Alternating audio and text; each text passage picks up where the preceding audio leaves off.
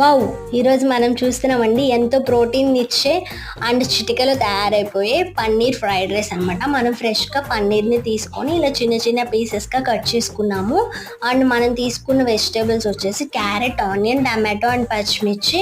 ఒక ప్యాన్‌లో oil heat చేసుకొని మన పన్నీర్ ముక్కల్ని చిన్న చిన్న పీసెస్ చేసుకున్నవి వేసుకొని తర్వాత మనం కొంచెం ఉప్పు, కారం అండ్ ధనియాల పౌడర్, జీలకర్ర పౌడర్ వేసేసుకున్నాము. ఎందుకంటే అవి టేస్ట్ పట్టాలి కదా, అందుకని అవి లైట్గా ఫ్రై చేసి మనం పక్కన పెట్టేసుకోవాలి. హెవీగా ఫ్రై చేయకూడదండి, గట్టిగా అయిపోతాయి. నెక్స్ట్ మనం తీసుకుని వెజిటేబుల్స్ వేసేసుకున్నాము. వాటికి కూడా టేస్ట్ పట్టాలి కాబట్టి కొంచెం ఉప్పు, కారం అండ్ ధనియాల పౌడర్ వేసేసుకున్నాం. నెక్స్ట్ అయితే మనం పక్కన పెట్టుకున్న పన్నీర్ ముక్కల్ని కూడా యాడ్ చేసేసుకొని మనం ఉడికించిన రైస్ని వేసుకొని మనం మళ్ళీ ఉప్పుని వేసుకోవాలండి.